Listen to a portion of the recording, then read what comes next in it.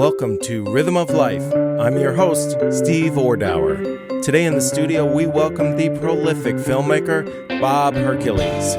Primarily focusing on documentaries, his latest project, Maya Angelou and Still I Rise, premiered at the Sundance Film Festival and went on to win 19 awards on 3 continents. The film aired on PBS's American Masters and most recently was awarded a Peabody for excellence in broadcasting. We discussed this film with Bob along with the rest of his illustrious career.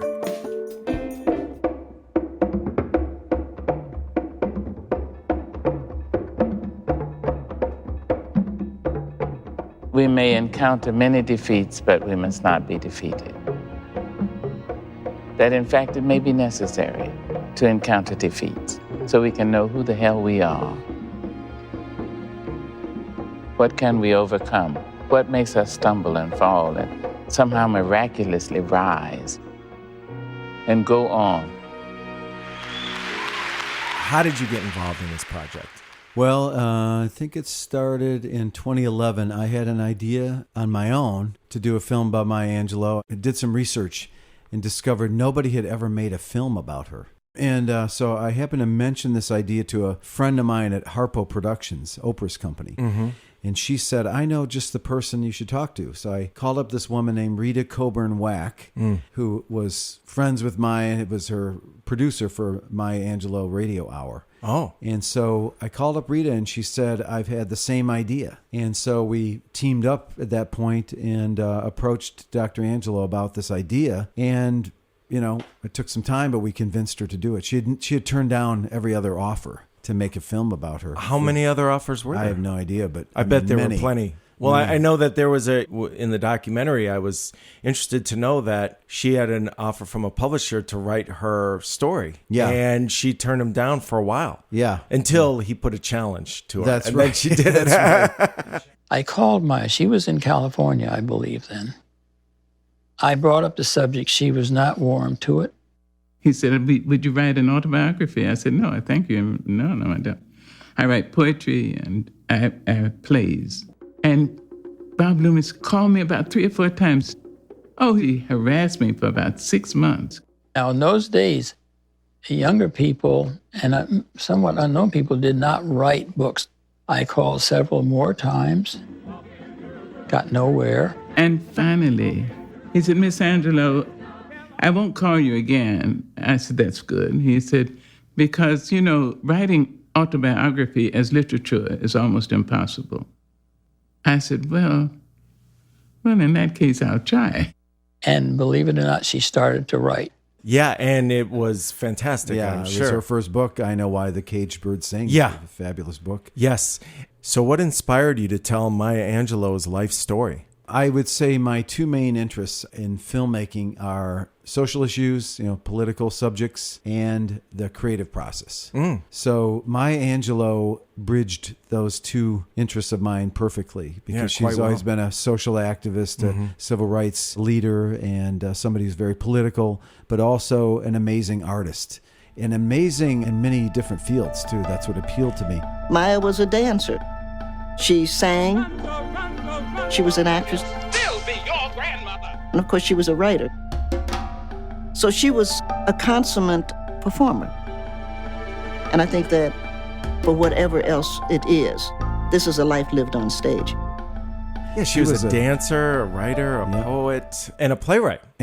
Yeah. And also just the idea that nobody had ever made a film about her was astonishing to me. Yeah. So that was the other thing. And the third thing was I had a long relationship with the show American Masters on PBS. So I knew that, I figured if I pitched Maya Angelou, the first film about her, it would be a no-brainer. And indeed it was. Oh, they jumped at it. Yeah, I think it took me about 2 minutes to make that pitch, and they jumped on it. Oh, that's so great. I had, right off the bat, we had American Masters behind us. So we knew we had a national broadcast of a very prestigious show, and that was appealing to Dr. Angelou. And I showed her a film I made about Bill T. Jones. Look at this huge place. How do you pull an audience this size for a piece about Lincoln? And who really wants to talk about slavery? Or is it under the disguise of being a pop show? Is it going to be funny? Sometimes I wake up and I think, you're not big enough to deal with Lincoln. There are over 15,000 books have been published since he was assassinated. What the hell do you think you're doing with this puny thing called a modern dance concert? Oh, right. And that was another factor, I think, that helped convince her. And she liked that She film. loved the film. Okay. And then Rita had this long relationship with her, so there was that trust factor. So I which think it is was critical for her, I'm critical. sure. She doesn't let Absolutely. a whole lot of people into her inner circle No, very she easily. does not. And she suffers no fools. Yeah. So, I think when we started on the film, we realized right off the bat, we'd have to put everything we had into it, like no holding back, because this was going to be the first and maybe only real film about her, because her health was not good. Right. And so I remember at one point when we first started working on it, I was ready to walk out her door, and she said, "One other thing, Mr. Hercules." And I said, "What's that?" And she said, "You better get moving." And what she meant was she knew she was not going to live long. Oh. And we better get moving on the documentary. So we went into high gear. Right. So how long after that did you actually conduct the interview with her? So that was in 2011, and the following spring we did the first interview with her. We raised some money and were able to go down to Winston-Salem, North Carolina, where she lived, and did our first major interview with her. And what year are we talking? 2012. 2012. Yeah. And how old was she at the time? She was about 83, I guess. Because I remember you talking to me about this, and you're thinking, we got to interview her, like immediately. We felt an urgency to do it. Luckily, she lived for a couple more years. She died in 2014. Okay. So we did I'd say 2 other major interviews with her. And then we also went on the road with her a little bit. She did a little bit of traveling. Her health was not great. She was in a wheelchair. But we followed her to some speaking events in Atlanta and Washington, D.C. Wouldn't her portrait was being inducted into the Smithsonian? Was Right. that you? That's right. So we okay. filmed, her portrait was painted and then inducted into the Smithsonian National Portrait Gallery. And so we went to that ceremony, which was really amazing. Yeah. How did that affect you being there and watching that happen? I had never been to the National Portrait Gallery in my life. So that alone was fun to see all the portraits. And then to see her portrait unveiled was amazing. Oprah was there, and all these civil rights leaders were there, and Cicely Tyson was there, and her son was there. It was really a profound event. And I think it blew her away. I remember, and it's in the film, I asked her, "What's it like for you? What would your mother think? What would your grandmother think?" And she said that was her biggest regret, is that neither one of them could have witnessed this amazing moment. I wish my grandmother, who died 50 years ago, I wish she was alive and could see this. That a girl from Stamps, Arkansas, poverty, a black woman, a black girl from the South, from the Jim Crow South, could have come to this elevation was amazing to watch. Oh, and she was abused. And she as a was young abused. person, she didn't talk for 5 years. Was this? Yeah, she was. She went mute. She was sexually abused by her mother's boyfriend, and she was only 8 years old. Oh my goodness! And this was so traumatic to her that she went mute for 5 years. My mother's boyfriend was intoxicated with my mother. In his rage at his inability to control her and have her when he wanted her, he raped me. I was 7. The act of rape is the matter of the needle giving because the camel cannot. The child gives because the body can, and the mind of the violator cannot. I told the name of the rapist to my brother, who was 9. I said, I can't tell you his name because he said he would kill you. He said, I won't let him. So I believed him. The man was put in jail for 1 day and night and released. And a few days later, the police came to my mother's house and said the man had been found dead. And it seemed he'd been kicked to death. My 7-year-old logic told me that my voice had killed the man. So I stopped speaking for 5 years. I clamped my teeth shut. I'd hold it in. If I talked to anyone else, that person might die too. I had to stop talking. My mother's people tried to woo me away from my mutism, but they didn't know what I knew. I knew my voice could kill people. So it was better not to speak. And think about that voice.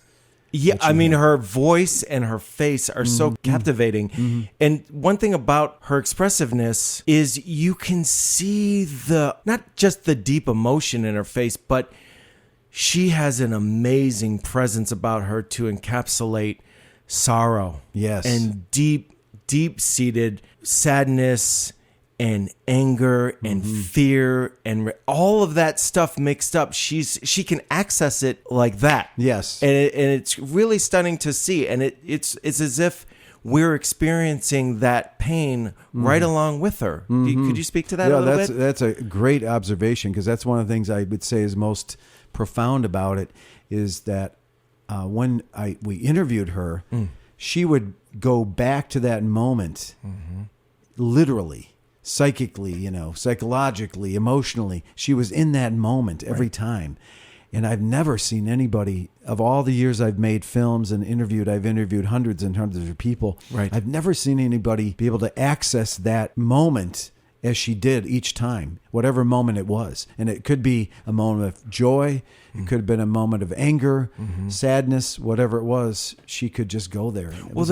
There was one clip that, I mean, the whole film struck me. It was a wonderful piece, and congratulations on it. But there was one piece in particular where she was speaking in front of a crowd of people, audience maybe 70, 100 people, what have you. She was talking about this, I think a woman who worked a service job as a maid or something like this, a single mother, and she laughed, but she wasn't really laughing. Right. I have written a poem for a woman who rides a bus in New York City. She's a maid. She has 2 shopping bags. When the bus stops abruptly, she laughs. If the bus stops slowly, she laughs. I thought, Now, if you don't know black features, you may think she's laughing. But she wasn't laughing. She was simply extending her lips and making a sound. I said, oh, I see. That's that survival apparatus. Now, let me write about that to honor this woman who helps us to survive. 70 years in these folks' world. The child I works for calls me girl. I say, yes, ma'am, for working's sake. I'm too proud to bend and too poor to break. So I laugh until my stomach ache when I think about myself.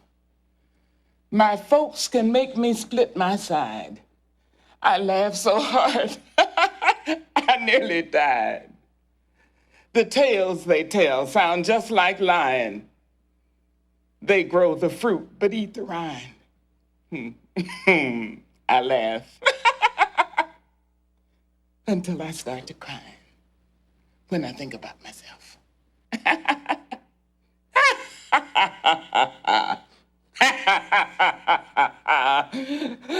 And at the very end, she just started to cry. Yeah. On stage. And I mean, she turned around and then turned back at the audience. Yeah. I felt the pain. And I wasn't even next to her. I was watching it through a TV.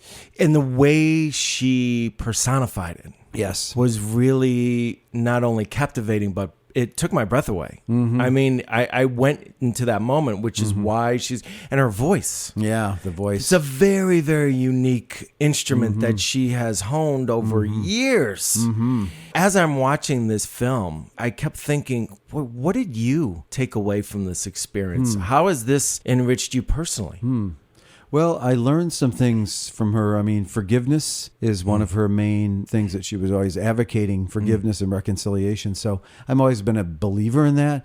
But listening to her idea of it and her commitment to it really was very strong and solid. So it was something I learned a lot from her. The other thing I got from her was, we call the film And Still I Rise, which is from one of her famous poems. And I think about how inspiring her story is, that she came from this low level, from being a black woman in the Jim Crow South and being a woman in a white man's world and having been raped when she was 8 and all the crap you go through. And yet to rise above that. She was not bitter at all. She took that and made what she could of it. And she used, I think she, I guess I would say, had grace. That was her strongest. Personified. Yeah. She had tremendous grace in the face of such adversity. It was remarkable. And it was inspiring to me. Oh, I'm sure. Because, I mean, you know, we all try to, at least a lot of people I know, including myself, try to live by that. Mm-hmm. But when you see someone up close and personal who's gone through way more than you could ever imagine and still do that, that's quite stunning. You know, you interviewed so many notable people. Did you conduct all the interviews, by the way? Rita Coburn-Wack and I co-directed the film, so we kind of split the interviews in half, roughly. And who are some of the interviewees that you interviewed personally? I interviewed President Clinton and Secretary Clinton, Hillary Clinton. Okay. And Lou Gossett Jr., one of my favorite interviews. Yeah. And I interviewed a lot of people during the making of the film. Was there anything that was just really stunningly surprising that came out of somebody's mouth? Well, that you one thing remember? that came out from Hillary Clinton's mouth was that she read that book, I Know Why the Caged Bird Sings, when it came out around 1970. She read it right when it came out. So then she revealed that her own mother had been abused by her parents as a child. It reflected my own mother's life, which was a life of neglect and mistreatment and abuse. And I gave a copy to my mother. Her mother read the book because it related to her own situation of having been abused. And then it opened a channel of dialogue between Hillary and her own mother that they'd never had before about this abusive situation. I had never heard that story, and I don't know if maybe it was the first time she told it. I don't really know. But it just stunned me to sit there and be doing this interview, and then she reveals that. So I kind of changed the direction of the interview based on that. And that's so personal. So personal. Which is like, you know, as an interviewer, as a documentary filmmaker, you want that type of personal experience to come across. But even so, when it's happening, especially with somebody who's so powerful and so well known, I mean, and she's revealing this very intimate part of her past. Yeah. And really it comes down to, why do people write books? Because you want other people to transform their experience or open up new relationships with people. And Hillary Clinton got to open up this new relationship with her mother based on reading this book and then giving it to mother and her reading it. Did Maya Angelou find out about this story? No, because she had passed away. Oh, my goodness. In fact, actually, the truth is, the day of the interview with Hillary Clinton was the day of the memorial that they had for Dr. Angelou in New York. There was two memorials, one right after she passed, but then there was a big one in New York as well, because she lived in New York for a long time, and Hillary Clinton was there. So we had arranged in advance, saying, okay, you're going to be at the memorial. Could you also do the interview? And she said, of course. Yeah. So we did it. Well, and Maya Angelou, she wrote and read this incredible poem at Bill Clinton's inaugural, and it ended with "Good Morning." I wanted a poem. Nobody had done a poem since Robert Frost. Once I made that decision, I didn't really think about anybody else. A rock, a river, a tree, hosts to species long since departed, marked the mastodon. And the minute she started talking, you could just feel the change rolling across the crowd, and everybody started listening. But today, the rock cries out to us, "Come, you may stand upon my back." The rock comes from a 19th century gospel song. Oh, I went to the rock to hide my face. Rock cried out, no hiding place down here. Across the wall of the world, a river sings a beautiful song. I'm gonna lay down my burden down by the riverside to study war no more. Your armed struggles for profit have left collars of waste upon my shore.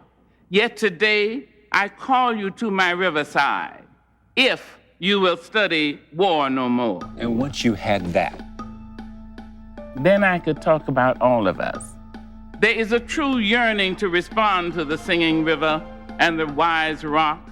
So say the Asian, the Hispanic, the Jew, the African, the Native American, the Sioux, the Catholic, the Muslim, the French, the Greek, the Irish, the rabbi, the priest, the sheik, the gay, the straight, the preacher, the privileged, the homeless, the teacher.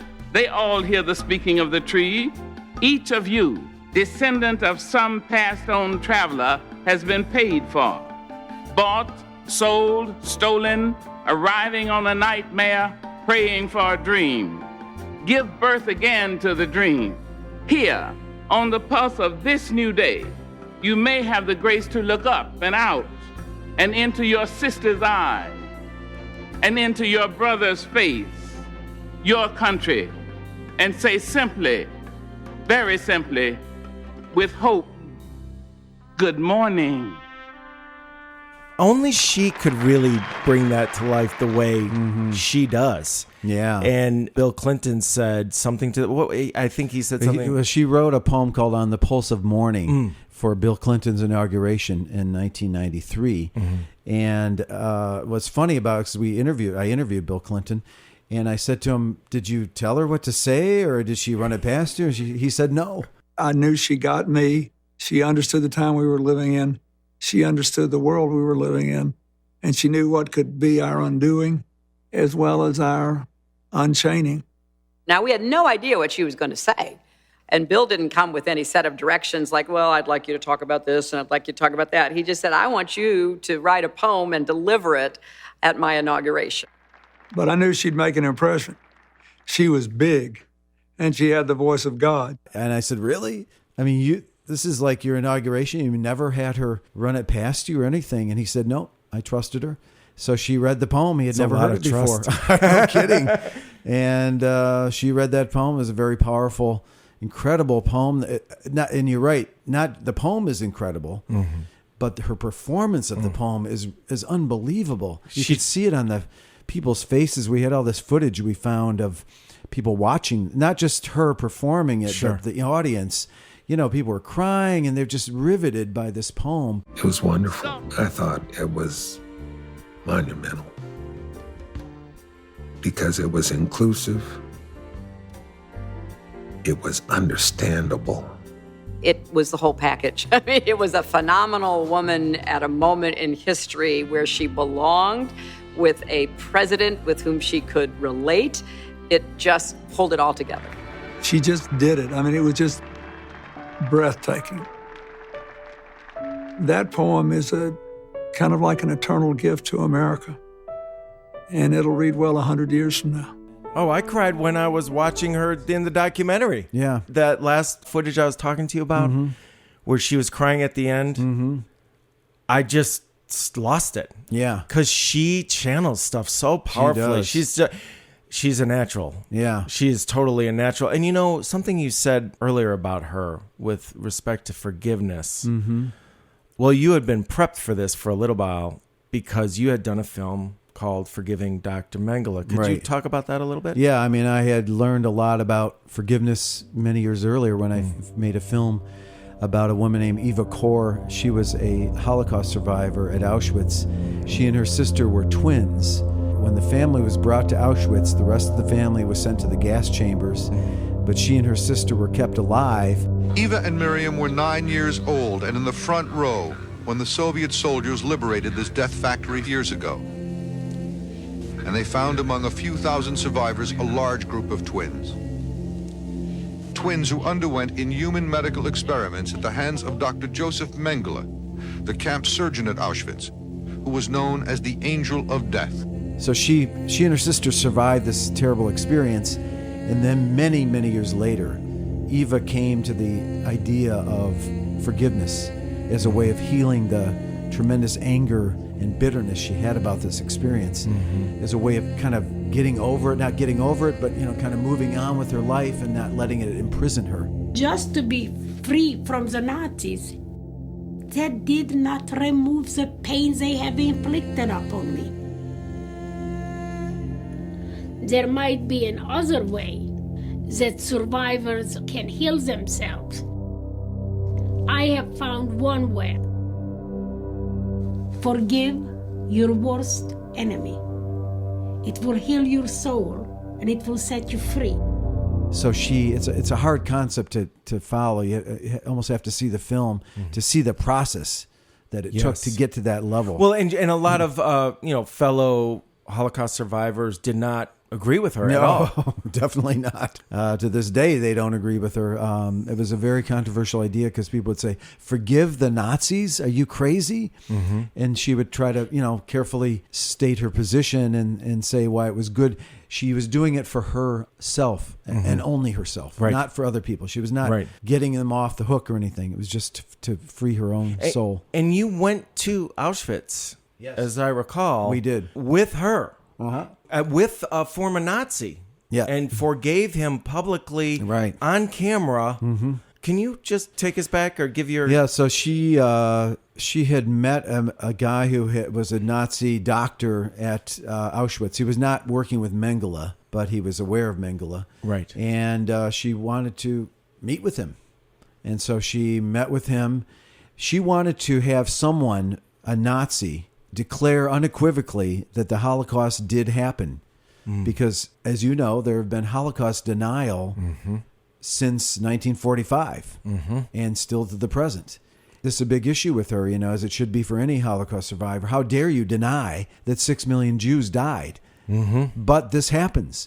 She met this man or communicated with this man, and he finally wanted to meet with her. Had you started... This was done before I started. Oh, okay. This meeting was filmed by a Swedish TV crew. Thank God. Oh, it's a fascinating meeting. His name was Hans Munch, and she traveled to Germany and met with him. I mean, it was amazing on her part that she would agree to do this. Oh, absolutely. And then he agreed to state unequivocally that in fact, he went to Auschwitz with her about a year later. Oh, my goodness. And declared in front of the gates of Auschwitz that the Holocaust happened. He witnessed it. He signed a document and unequivocally that this happened. And that's what she wanted. So then she said afterwards, what could I do to thank him for this huge thing that he's done? Because in a way, he almost risked his life by going there. It's so controversial. Sure. So she said, I will forgive him of his complicity in these Nazi crimes. And so her friend then challenged her, said, well, if you could forgive him, could you forgive Mengele? Could you forgive the Nazis? Oh, my goodness. I, Eva Moses Kaur, a twin who survived as a child Joseph Mengele's experiment at Auschwitz 50 years ago, hereby give amnesty to all Nazis who participated directly or indirectly in the murder of my family and millions of others. So that's what got her mind thinking about this idea of forgiveness. And so you got involved in the project, or you started making this film about her and her experience as she was thinking about this? Yeah, as she was getting more into it. I mean, she was pretty much, by the time I started shooting in 2001, she was on the road to forgiveness at that point, yes. But she was still wrestling with it. Oh, she was? Yeah. And what had her go all the way with it? Was there some specific thing or just an evolutionary? I think it was an evolution and thinking about what it would do for herself, because she had to admit that she was sometimes an angry person, and understandably. How can you not be? And bitter and things like that. And she has a great sense of humor, and I think she was concerned that she was losing her humor, and it would be good for her soul if she did this. So she finally came to that conclusion. You know, it was so interesting to me about that film, and I recommend this film for anybody. It's wonderful. Is that it just seemed like there was just a huge miscommunication between her and other Holocaust survivors. Being all she wanted to do was lift the burden off her and have some semblance of some normalcy in her life, given the horrific experience she went through in Auschwitz. I mean, it's just stuff that people really can't grasp. Yeah. And there's no point in having somebody try to explain it to somebody who hasn't been close to that situation. Right. So her view was, and please correct me if I'm wrong, to forgive, it was for her, not to condone or accept what the Nazis did at all. Right. And she was very clear with that. But I remember there was another woman that you had interviewed. Yona Locks. And just didn't it's just not proper, it's just not right. And she had this bitterness about her, which is fine. It's improper. It's improper. Has she been permitted? Has she been asked? How can you speak in the name of the people who are not alive anymore? I mean, I shiver when I think of it. But it just seemed to be a very basic miscommunication and lack of understanding. Would you agree with that? No, it's a tremendous lack of, and you can understand why, because it's such a almost impossible situation to be facing such horrific crimes. And how could you forgive somebody for, so I totally get both sides. That's why I wanted to show the film has many opponents of Eva in the film for good reason, because it's a very controversial idea. I'd rather have the viewer look at it and decide on the, by themselves what they think of this. And, it's a conversation starter. Yes. I've shown the film a lot. When it came out, it was very popular and played in 100 film festivals. When did it come out? In 2005, I think. Okay. Oh, okay. So I went to a lot of the screenings, and it was controversial, and people would get up and scream at me or at Eva, and and I would just say, it's just meant to start a conversation. I mean, I always said to people, forgiveness is out there. Forgiveness is something that every human being at one point or another, and many times, has to grapple with, whether or not to forgive. And this is just maybe the most extreme example, but it's certainly worth considering as a kind of a starter, a conversation starter about this concept. Yes. I'll say one other thing. I forgot to mention, Eva was very influenced by Nelson Mandela and Desmond Tutu. I was Truth and Reconciliation Commission in South Africa. That was another seed that got into her mind about forgiveness and reconciliation. It was very powerful. She eventually met Desmond Tutu, by the way. Oh. Which was a great thing for her. That's fantastic. Yeah. But that wasn't in the film, was it? No, that was after. Okay. She met him after the film was done. You know what I was wondering as you were talking, how do you keep your own judgments in check when you're producing a film? I mean, you obviously have judgments and thoughts and perspectives and opinions on the stories that you investigate and uncover, and you've been doing this a long time. How do you keep that in check? Well, I don't believe there's such a thing as objective film. Everything you do is subjective. Sure. So I don't buy the argument. Some people say that documentaries are true or, whatever. Everything is a decision. Where you place the camera, what questions you ask, how you edit the film, whatever. So I think everything it has a point of view in a way. Sure. But I try to I really don't want my story to be imposed on the film. So I try to stand back and let the film take its own path. I try not to impose. I will say, as a young filmmaker, I did do that. I imposed a thesis on my films. Right, and they were terrible. I learned over time to hold back to whatever thesis I had in my mind, that it might not be that way. Like the Hillary Clinton example that we said. How could I have known that she would tell me this incredibly intimate story about her mother and herself and abuse and etc.? I would not have known that. And so you have to learn to go that route. As a filmmaker, as a documentary filmmaker, one of my stock jokes is, if you're a control freak, don't go into this field because you never know where it's going to go. You have to be willing and pliable to be able to go in that direction of the film, and you don't really know until you start. Even in Forgiving Dr. Mengele, in the middle of the film, in the middle of the 5-year process. Oh, it's a 5-year process. 5 years. Wow, okay. Okay, in the middle of that, Eva has a Holocaust museum in Terre Haute, Indiana, where she lives, a small Holocaust museum, kind of a charming, like a handmade Holocaust museum. Amazing. In the middle of this whole thing, it was firebombed and destroyed. Oh my goodness. By a racist person or persons. The person was never caught, but it was bombed and obliterated, basically, and fire and everything, and just destroyed. God. And they spray painted "Long Live Timothy McVeigh" on the wall, the remaining wall of the building. Timothy McVeigh with the Oklahoma City bomber. Sure. So I got a call from Eva's assistant the next morning. This happened midnight or 1 a.m. or something. I literally grabbed my camera and a microphone, got in my car within 10 minutes, and drove all the way down to Terre Haute and filmed that day. From Chicago? From Chicago. How long of a drive is that? It was like 2.5 hours, and just started filming just by myself. And what did you? It was. What were you able to captivate? Well, it was very raw. Capture? It was super raw. I bet. I talked to Eva about this and some of her compatriots, and filmed the. It was still smoking. I mean, it was still. Oh my goodness! They must rubble. have been just mortified. Oh, it's just a day I, never really wanted to ever experience. It was terrible, but you never know what's going to happen. Exactly. And, not only do you have to be willing as a documentary filmmaker to go on this journey and let the film kind of take its course, you have to enjoy it, I would imagine. Yeah, I mean, I always feel like I have the greatest job in the world because I'm making films that I want to make. The hassle is you have to raise the money, but once you raise the money, then it's your film. Right. Because you raise the money. Yeah. And there's nobody over you saying, oh, do it this way or don't do that or take this out or this is too controversial or, So the importance to me is to be an independent filmmaker. Right. And I stress the word independent. Right. To be able to make films on my own terms. But you have to raise the money to do it. That's well, the key. Well, that's not easy to do. No, it's not. On many, many levels. Your company, Media Process Group, has been around for a while.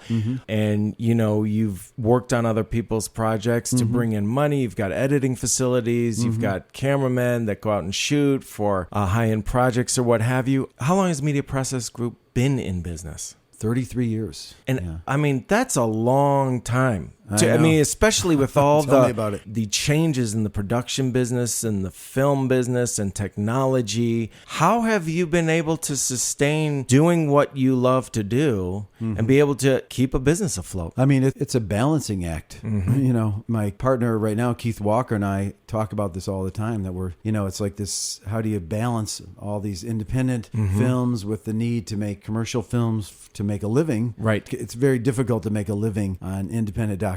Right. Let's just get that on the table. Yeah. Almost impossible. Absolutely. There's like 5 people in America that do it, but the rest of us have to have some kind of other gig. Right. And so we do a lot of commercial films, and Keith is a cameraman who shoots for Oprah and 60 Minutes and everything. So that's how we make our living. And he does a lot of shooting of Oprah in these single person situations, doesn't he? Hasn't he over the years? He's basically her favorite director of photography at this point. Yeah, and safe to say she's pretty well known. And so she's got a few Twitter followers. Yeah, and so I want to get just back to the Maya Angelou. By the way, how does she pronounce her name properly? She says Maya Angelou, but a lot of people in the film say Maya Angelou. I know, it's funny. It's Maya Angelou. That's what I thought. How she pronounces it. Okay, and even Oprah at one point during the interview said Maya Angelou because it's spelled L-O-U at the end. I know, right? You'd think it would be. Yeah.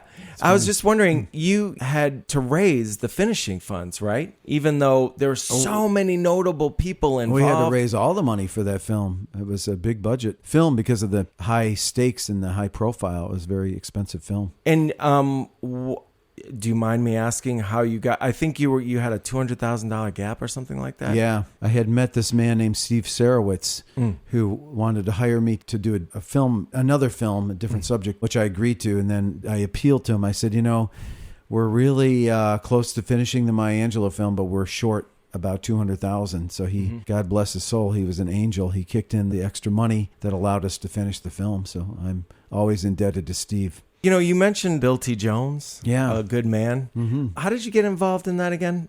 So Kartemquin Films, the Chicago production company, really good friends of mine. I've known those guys for 30 Gordon years. Quinn, Steve James. They were approached by Ravinia Festival, the venue. They had commissioned Bill to do a dance work based on the 150th anniversary of Lincoln's birth, Abraham Lincoln. Right, and this is Ravinia just north of Chicago. Right, this is the Ravinia in Highland Park outside of Chicago. And this is an unusual thing for them. So this was going to be the Lincoln bicentennial year, whatever it's called. And so a lot of venues in Illinois were celebrating the birth of Lincoln that year. And so they decided to go big time. And they commissioned Bill T. Jones, who's really maybe the most renowned modern dance choreographer in America, I'd say. It's probably safe to say. But a very political guy as well. Emancipation, the sign stands every shadow, symbolic who's an American great. And super creative, amazing person, really. So they commissioned him to do this work. Ravinia then talked to Kartemquin about doing a documentary about the whole process of this. And then Gordon brought me and Keith into it to be co-production partners. Gotcha. And so we did the film together. And for those of you who don't know, Kartemquin did the notable documentary Hoop Dreams. Yes. That, and many other great films. And yes, and many, many others. And they do some documentary projects for, I believe, ESPN as well. They've done some, yeah, they have. And they got Part nominated for an Oscar this year for Abacus, their film about this bank in New York. Yeah, so not even it's a great organization. Yeah, excellent. I mean, they do excellent work, and you have a long-standing relationship with them. And so, what did you want people to be left with this documentary? Well, in some ways, I would say it's my favorite film I've made because it's something I had always dreamed about doing, about following the beginning of a work, creative work, from the very, very beginning all the way to the end. And we had this amazing opportunity to do this in this case because we got in right at the ground floor. We filmed Bill and his partner Bjorn as they first arrived to the Lincoln Museum in Springfield. Right, I remember. And that was the first, in a sense, their first scouting trip, you might say. So they got to see his hat. They got to see Lincoln's hat and his eyeglasses and all this stuff. It's a great scene. So we were there filming that. Mm-hmm. And then we kept filming for 2 years straight until the premiere of the piece at Ravinia 2 years later. And then you got audience reactions right there, and it was very intense work. It's an intense work. Like in your face. Keith and I went to New York once every 2 months during that process because Bill's based in New York, and that's where they rehearse the piece for the most part. So we were constantly filming, which is a great luxury, really, documentary. A lot of people don't get a chance to do that. I'd never really had a chance to do something that intense and that cinema verite, basically, just following something as it goes. Sure. And it was just an amazing work. Well, you got to see him going through the machinations of creating this work, like from nothing. Yes. And so now when you actually saw the piece, it must have just blown you away. It's like giving birth. Yeah. Yeah, you could see it all. Yeah, he's such an intense person. Yeah, very thoughtful guy. We made a deal with him right from the very beginning that we would always, he couldn't really censor us. He couldn't turn off the camera. He agreed to do that. And so we have some, tough sequences in there where he gets very angry or gets very emotional. But he's an intense, creative person. Maybe I don't think you can handle that. I don't think you can do it. I don't, because I feel like you want me to do it, and I am overwhelmed. Okay, first of all, are we talking day 4 of our first week? Time is short. This is called the dog ate my homework, and you're just wasting my time with this bullshit. And now you're trying to wiggle, right? Don't do it to yourself. I'm not Grow trying up. to wiggle. Don't be a little boy anymore. You fucked up. And so it's really a great film about the creative process. Well, I remember that one moment just after he saw Lincoln's, some of his personal belongings, and he stepped outside, and he was just very pensive, and you guys had the wherewithal to capture it. Yeah. And he didn't say anything. He was just alone, just all sitting in his down. eyes. Yeah, it was exactly. It was all in his expression in his eyes, and what also amazed me is the guy's not young, and he's just ripped. He is ripped. Oh my God. It's just like he's got this sculpted body that's amazing. Yeah, and he doesn't really dance much anymore, but when he does, he's still an amazing dancer, Oh, I'm sure. Just amazing. Now, how old was he when you filmed that about? Do you remember? He was probably in his early 60s, I guess, when we filmed that, and so he's great. Something to strive for sure. No kidding.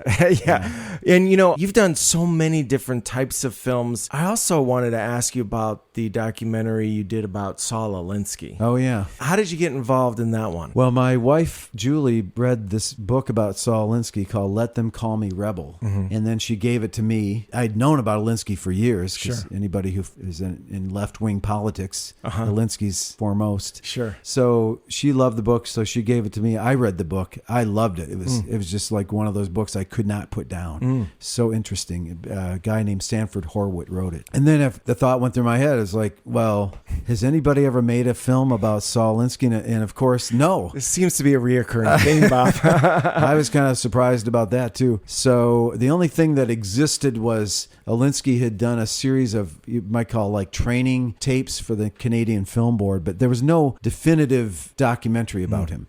So that this is, I think, about 1992 or 3 or something like that. I started to work on that film, and I contacted my good friend Bruce Orenstein to co-direct it with me. Bruce was a former organizer who was trained under the Alinsky method, so to speak. And Bruce was an organizer in the southwest side of Chicago. In fact, he was an organizer with Barack Obama at the time. Oh, my goodness. They were together organizing. Anyway, Bruce had transitioned from being an organizer to doing advocacy videos. He had trained himself to be a filmmaker. And so I was having lunch with him. Without the aid of YouTube. Right, exactly. Without the aid of anything. Amazing. Yeah, he's a very quick study.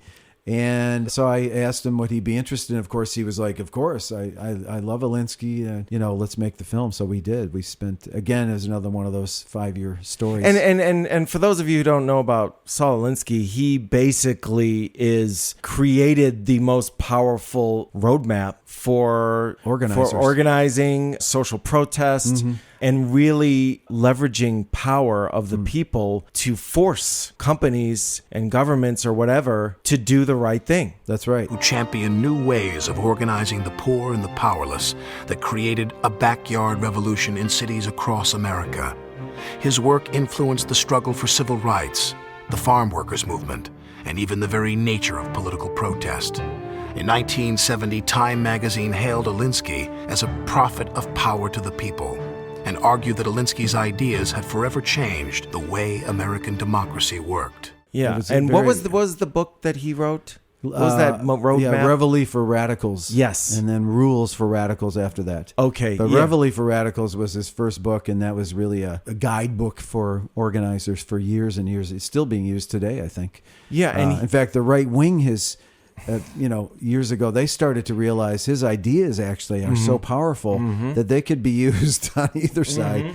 So, but he's very influential. But the reason I wanted to make the film was his name had become somewhat forgotten. Oh my! And certainly in the mainstream America, nobody had heard of him anymore. So I thought it would be good to make a film that kind of resurrected what he was about, what motivated him. Basically, he took, in a sense, the idea of labor organizing, but applied it to community. And that was his genius. Yes. Bringing organizing of the idea of labor, but using churches and community centers and community groups to do the organizing. The mission is to remember those that didn't get homes when we get our homes, to continue in the struggle. That's where we came from. We came from the struggle.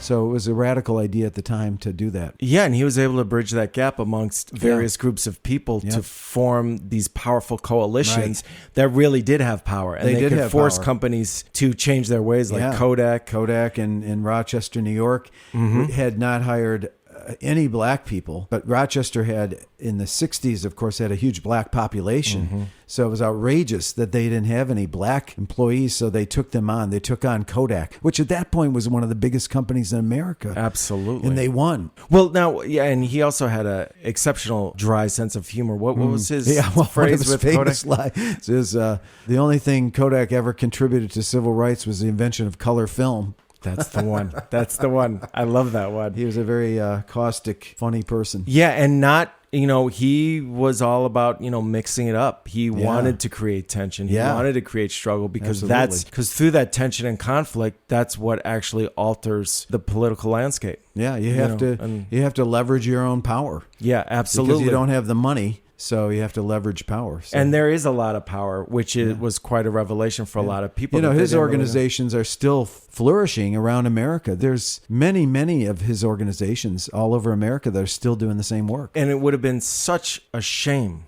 to not have a film about him, his story be told. Yeah. And that's there's so many wonderful stories, unfortunately, that don't get told. Thank God there are some very important stories that you directly have been able to be a part of and directed and produced. And there's another political organizer that you did a film about.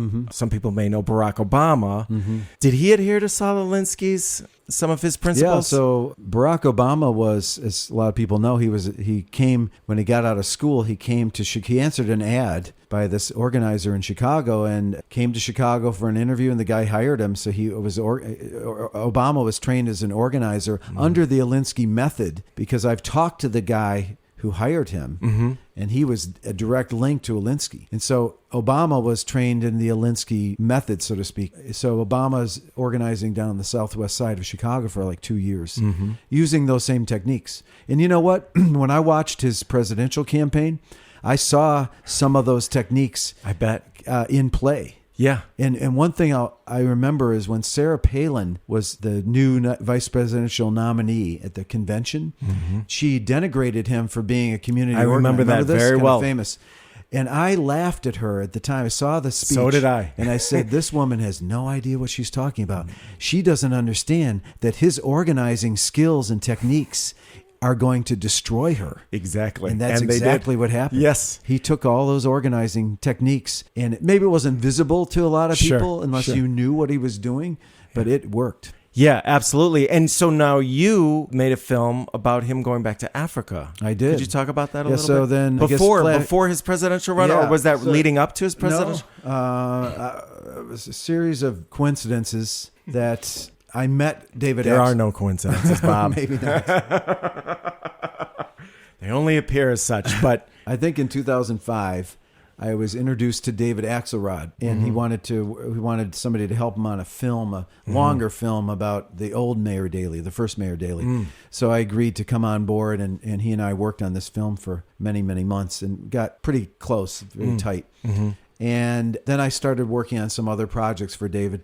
And then at some point, he called me up and he said, Senator Obama is going to go to Africa. And on top of that, he's actually going to go to his family's home village in Kenya. Oh, wow. Where his family, the father's side of the family was from. And he said, wouldn't that make a great film? And I said, yeah, sign me up, twist my arm. Yeah, exactly. Who's going to pay for it? Yeah, sounds lots expensive. of good ideas out there. Yeah, a lot of good ideas. Trip to Africa with a whole film crew doesn't sound cheap. Yeah. And he said, don't worry, I'll raise the money. Oh. So he did. He raised a bunch of money within like 3 weeks. What year are we talking? This had to have been in 2006. Yes. So in 2006, we went on this trip to Africa when he was then a senator, U.S. senator, but had not announced his presidential run at that point. So nobody knew he was going to run for president. And so what was it like being there as he was going back and watching this, go through this walk back into his history? I mean, he was there. And then not only I'm interested in how you were viewing his experience, but then later the man became president, the first African-American president ever. Amazing. And you were on this journey, this very, very intimate, very personal journey of him going back to his roots, really. What was that like? Well, it was not intimate, I'll say that. There was a lot of press on that trip. This is a big deal. So he was a U.S. senator on a diplomatic trip to Africa. Okay. So he went to several countries, South Africa, Kenya, Ethiopia, Chad. So it was not intimate. I wish it was more intimate, but it wasn't. And so there was a lot of press, and then us, the documentary crew. It's more of a, I guess you could say, political travelogue. It has some emotional moments. Obviously, when we went to his father's village and met his grandmother. She was still alive. So that was really amazing. The other moment. So he hadn't seen her? He'd been back a few times. Okay. So this is not his first trip. Sure. Then and didn't he have a sister there? His sister was there, his half sister, and then his family, his wife and his 2 daughters were on that trip too. So that was pretty cool to see them. What do you think they took away from that? Again, it was such a media circus. I'm not sure it was that intimate even for them. Sure. It was just a big media circus. It was completely overwhelming. I mean, it's hard to describe unless you were there to see hundreds and hundreds and thousands of people just lining the streets of this very small town, cheering this man, my husband. It's sort of like, do you know him?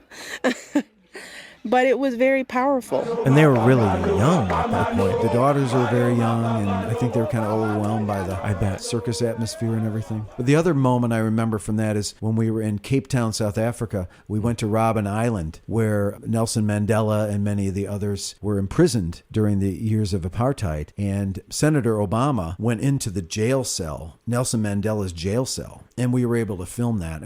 That was quite moving. I could see that in his eyes, the profound moment for him, because as I mentioned in the film, this was his introduction to politics. When he was in college, he became an activist in the anti-apartheid movement, and that was the first time he became political, which he admitted to us on camera. I did not know so that. I have an interview I did with Senator Obama that frames the whole film. After we kind of did this rough cut of the film, he agreed to come in to my office, and we filmed like a 45-minute interview where I had him talk about all these different moments in the trip. So he talks about in that interview how he got involved in politics, and it was the anti-apartheid movement. Other than that, he said he was apolitical prior to that. Really? Yeah. That surprises me. Yeah. And what was your impression of him? You know, I think that he seems to be a very personable, down-to-earth guy who is so charismatic and warm, but yet sharp as a tack. Yeah. And what was your impression of being in his personal space? I had known him before because when we did the Alinsky film, Bruce Orenstein brought Barack Obama to my studio one day to watch our rough cut. Before he was a senator? Yes, he was a state senator. Unknown in person, Illinois. Totally obscure person. Down in Springfield. Nobody knew of him. Yes. And he came up and we showed him the rough cut and then took notes. He gave us his critique. Oh, so really? We wanted some organizers to critique our film. Were they insightful critiques? Yeah, he was a very sharp guy, but I didn't frankly think that much about him until a few years later. Then Bruce Orenstein called me up and he said, Obama's running for U.S. Senate. Would you come to a fundraiser? And so I went, my wife and I, and he blew us away.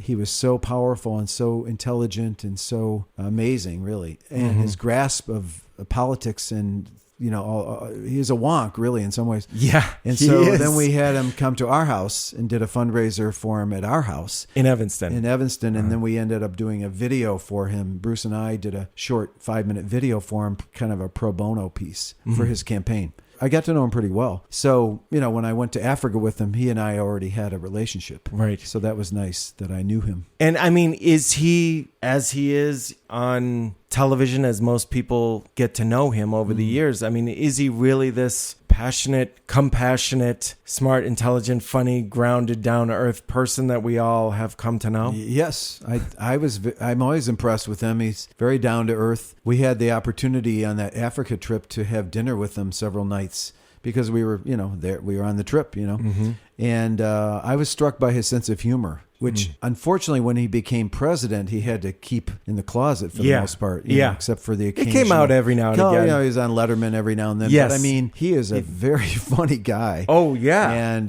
but every time we had dinner with him, it was always off the record. So he felt free to use his humor and to be funny. I mean, looking back on getting to know the first African-American president of the United States, you've interviewed countless other notable people, including Maya Angelou, Oprah Winfrey, Bill Clinton, Hillary Clinton, Secretary of State, and almost the first female president. Yeah. My God. What are some of your most notable moments that really have resonated with you over any of your films and all the interviews? I mean, they're all different, but they all have unique moments and highlights, I suppose. I mean, I think having met and to spend time with Maya Angelou was one of my biggest thrills because she was one of my heroes.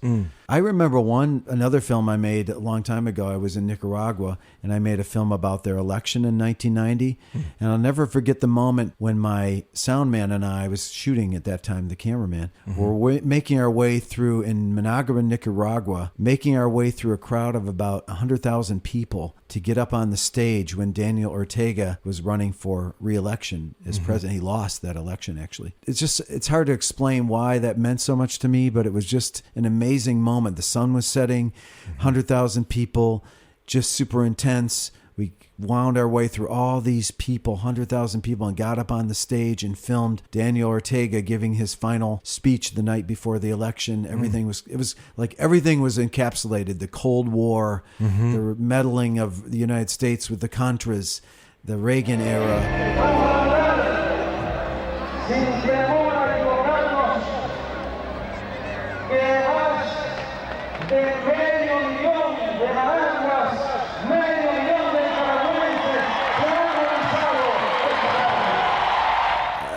All this sunset, and it's hard to explain. It was just a moment I'll never, ever forget. And that's such a unique thing to happen for filmmakers who are in the midst of making a documentary. And then when you see all of these variables that you have no control over come together, that must be extremely exhilarating. Yeah, like I'm here. Am I really here? It's I'm almost really surreal. here. And I it's know. happening. And this is happening. Yeah. And are we recording? We are recording, right? Right. Don't forget that. Yeah. Right. That's wonderful. You kind of feel like you're at the center of the universe at that moment, you know? Or actually, the other moment I remember is Keith and I were hired to film the night of Obama's election in 2008 in Grant Park. And we were given, because we were filming for Axelrod and for the campaign, therefore, we were given the center camera position, the best camera position to film that whole event. And when he won, we all started crying. And Keith, especially because he's African American, the look on his face and the tears and everything that he had and that I had and I felt was something I will never ever forget. Yeah, that moment. I mean, you've been a part of history. Yeah, and you're witness to history, and by observing it, you are participating in it. You're actually affecting the dynamic, and that's really must be. I mean, so enriching on so many levels that most people, if they have one of those moments in their life, they'd be very, very fortunate. And you've had a series. And, you know, it leads me to the question of, back to what I was saying earlier about there's so many stories that don't get told. Yes. And although I will say, I think more are getting told now. Why is that? Because the proliferation of the equipment is so much cheaper. There's so many more filmmakers. And to be honest with you, I think there's some pretty great filmmakers out there. I'm always amazed at the quality of the documentaries I see these days when I go to film festivals or on Netflix or on YouTube or whatever. It's impressive to me to see the number of people that have really taken the documentary form and done so many amazing things with it. Yes. And, you know, it is stunning, the evolution, the accelerated almost evolution of technology in terms of the capacity of these small cameras now can create such a wonderful image, and small microphones and small hard drives and all this other stuff. And you can have an editing system mobile in your backpack. Yeah, and on your laptop. Exactly. And it's pretty empowering for people who want to get into it. But I was just wondering, I've often thought of, why isn't there a social fund? More funds to tell documentaries, stories specifically. Have you ever thought about that? Or should there be more? I've thought about it a million times. There should be other countries fund films, documentary and feature films at a much higher rate than we do, like in Germany and the Nordic countries and, you know, Australia. And there are film funds that are way bigger than what we have. And it's a shame that we don't have that kind of support. Why don't we? I guess it's the nature of our society. We have so much money wrapped up into our defense spending and things like that, you know, it sucks away resources from the ability to have higher arts funding and higher social funding and things like that. I mean, it's just an imbalance. Very well said on many levels. And I'm also wondering, what are you involved with right now? And what is inspiring you? I'm working on jumping out of the documentary field for a feature film that I've been working on for a long time. Is that right? It's a film I co-wrote, a comedy called Waiting for the Clash. It's about kind of loosely based on my days as a college radio DJ in Kalamazoo, Michigan. You were a college radio DJ. I was. And obviously into the Clash. Yes. Okay. Heavily. Yes. So you were a punk rocker. Yeah. Yeah. You don't look like one. I know, but none of us do as we age. Yeah. The main character is you? I mean, loosely based on me or a compendium of other people as well. Okay. I mean, it's a fictional film. So as I wrote draft after draft after draft, I slowly got away from it being me, which was healthy. Sure. In fact, a screenwriting teacher at Northwestern read it and gave me some advice. And he said, first of all, forget yourself. Okay. Don't get hung up on you didn't do this or you did this or whatever. It's a fictional film. So once I did that, I was liberated to make the character more interesting than me, because I don't think, quite honestly, I'm not sure I was that interesting. I think you're pretty interesting, Bob. Well, whatever, but it's healthy. Sure. So then, well, this is before all those films you made. Right. It was. So then I got hooked up with another writer named Jeff Rogers, and that's when it really came to life, when he started working with me on taking what I had written and blowing it up into a very funny script. Well, so it's a comedy. And you haven't done comedy before, have you? I mean, I did one short film in 2001 called The Last Frontier, which is a very dark comedy. Yes. Yes. Could you just explain The Last briefly Frontier what that's is a commentary on the branding of our society, the relentless need apparently for corporations to have their logos everywhere. And so I wanted to make a commentary on that. My hairline was receding. So I put these two ideas together and I thought, wouldn't that be funny if in the future, near future, homeless people sold their forehead space for corporate advertising. Like you could have a Nike logo on your forehead or whatever and get some money for it, so you could pick up some, food and drinks. It's not so bad. It's when they get inside your head is when you've got trouble. I mean, if they could do it, they probably would. Actually, it started happening after I made the film. Really? So I made this kind of... Wait, seriously? It did. It did start happening in different ways, yeah. On homeless people? I don't know if it was actually homeless people, but people started selling. Like one guy had his hair cut into the logo, like a buzz cut thing where he had he got paid for it, things like that. You're not kidding me. I'm not making that up. I did not know that. Well, I remember being an extra in that film, and I remember the stamps. I forgot. Yeah, the stamps on the forehead. On the forehead. Right. And it was such a warning. Yeah. I remember like seeing the final film, which I loved, and it was just really stark and very, very, very scintillating and interesting, but so dark and depressing as to where our society could easily go if we're not aware. Right. Yeah, and that's really, really daunting. I wanted to comment on, let's say, The Gap.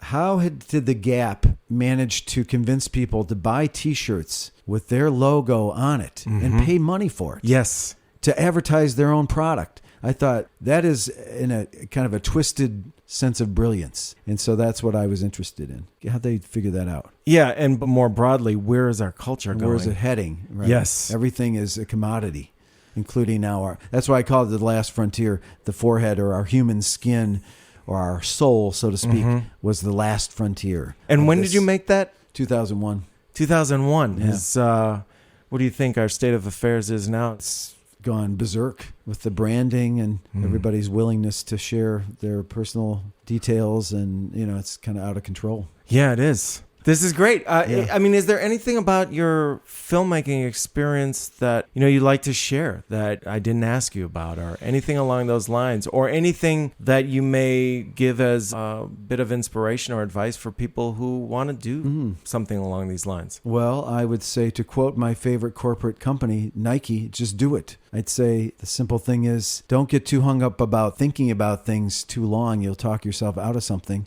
Yes. I dive into things maybe at fault sometimes, but I try not to overthink things and just kind of take... Like I had this opportunity to make the film about Eva Kor, the forgiving Dr. Mengele. Right. And Keith and I had to make up our minds within like a day of were we going to do it or not, because there was an event happening. And didn't you have to plunk down some of your own money? We had to put a lot of money, thousands of dollars down to take a chance. Well, isn't that... I mean, that's kind of par for the course for documentary filmmaking. Yeah, but it's risky. It's very risky, so, I understand the risk. Sure. And I appreciate it. I'm not trying to downplay it, but I do think people tend to overthink things too much sometimes. Well, now, how did you get the idea to start a company and create a company to empower you to make films like this? How did that idea emerge? Well, that was actually an accident. I had worked for another production company in Chicago, and the guy, I won't tell you the whole sordid story, but he basically left town at midnight almost, moved to California because he owed people so much money. So I was out of a job. Just like that. I mean, like overnight. And I don't come from money. So I had no money. Okay. Just barely getting by. And I said, well, what am I going to do now? I don't have a job. So I started calling his clients, see if any of them would work with me. Smart. Most of them didn't. I couldn't even get a hold of them, but a few did. And so I kind of had this beginning of a company. It was kind of a half-assed company at that point. Right. But I had a little bit of business, and then I brought in a partner, Bruce Lixie, and then I brought in another partner, Dave Beaton, and then eventually Keith Walker came on. How many years later are we? 33. 33 years later, Media Process Group is still happening. It is. And alive and well. Yeah. Thriving. So where is your feature film project right now? What is the screenplay done? Yes. Okay. Well, we're doing some tweaks to it right now. Okay. I have kind of a writer group now that a friend of mine, Erica Frederick, is one of the producers, but she's also a screenwriting teacher. So she put together, it's almost like a writer's room, you might say. It's 5 people. So we've been not tearing apart, but really digging into the screenplay. And so we've been working on it for a couple months, and we're finally almost to the end of that process. It's been great. We've improved it tremendously. Yeah, I bet so she kind of resurrected the project almost, because it's tough to make a feature film if you've never done one, to raise the money and all that whole thing. So where are you in that process right now? So I decided to wait to do the fundraising until we had the script done solid, because everybody's going to want to read the script. And I thought, well, if we can make a good script even better, then I'll just wait on it. So right now you're in the process. We're pretty close to being done with the screenplay. And you have started or will start the fundraising process soon. Yep. So if there's anybody out there with a couple million, give me a call. What is the name of the film? Waiting for the Clash. Waiting for the Clash. I love that. There is an old website. It's really out of date, but it's called waitingfortheclash.com if somebody wants to look at it. Excellent. Yeah. And what drew you to the Clash? Well, there's 2 things. I always tell people each generation has its own music. I was too young to be part of the Vietnam generation, so to speak. But I kind of had a feeling like I wish I could have been. I was a little jealous of the people that were protesting and everything. Because when I was growing up in the mid to late 70s, it was kind of a political dead zone. There wasn't much going on. So I kind of looked at my brother and my sister older than me, and I kind of probably romanticized this whole thing. It's easy to do.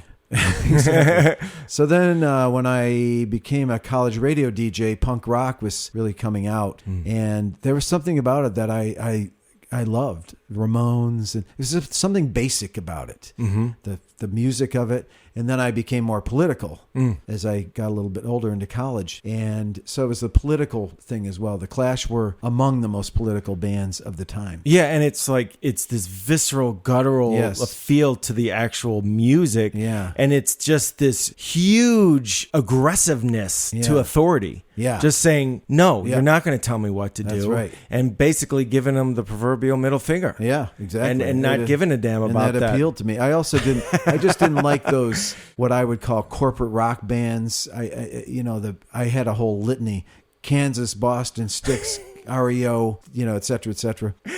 I just never, I just couldn't stand those bands. Yeah. So when the Clash and the Ramones and Sex Pistols and all that, when they came out, it grabbed me. Yeah. And, me and my friends. And we became part of the comedy of the film is that the 3 main characters in the film, who are all DJs, are obsessed with punk rock, and they're purists where nothing else is acceptable. Right. And so it's a huge joke in the film. And it's, it's based on reality, because that's how kind of we were. We hated disco music. Sure. Oh. So disco is a great foil for us in the film. Oh, that's great. Yeah. Oh, that's I can't wait to see it. It's a very funny script. Yeah. Oh, I bet it is. Yeah.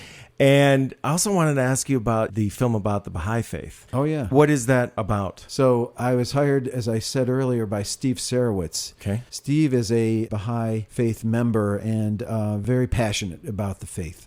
And he was introduced to me through a series of friends. He wanted to make a film about the history of the Baha'i faith, how they started. They started in the 1840s in Persia, now called Iran. So we came to terms, and I agreed to work on the film for him. So it's called The Gate, The Dawn of the Baha'i Faith. That's the name of the film. So we had this opportunity that I'd never had before to film these elaborate reenactment scenes in southern Spain. I remember that. Huge. Yes. I mean, we had 250 extras, and we rented a palace and a fort, and I mean, it was an amazing experience to have that kind of resource. Yeah, that's extraordinary on a documentary. Yeah, it is. It's very unusual. And what was the most striking thing that you learned about the faith? Oh, well, I think the most striking thing is the unity of all faiths. That's one of their tenets, is that they believe in the validity and importance of all faiths. They embrace all faiths. And that makes a lot of sense to me. I've always felt like, why are religions fighting each other?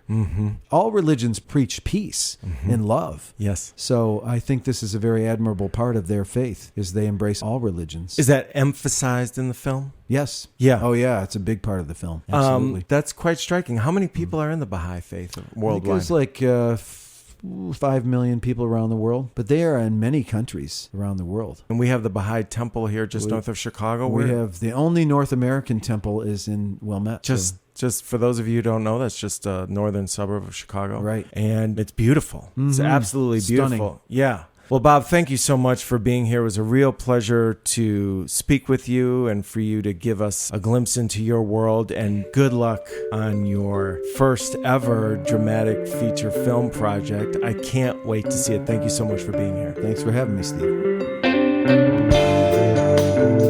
Join us next week as I welcome the Grammy Award-winning icon Mavis Staples as we discuss how the Staples Singers got started, her illustrious career with her family, and working with such musical greats as Prince and Bob Dylan, as well as her family's relationship with Dr. King and the Civil Rights Movement. We also talk about the groundbreaking gospel music television program, Jubilee Showcase.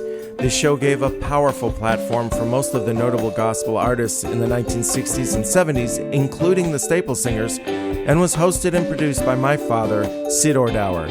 You don't want to miss this, so do yourself a favor and subscribe to this podcast, and please leave a rating and review so others can find out about Rhythm of Life. This has been a Rhythm and Light production.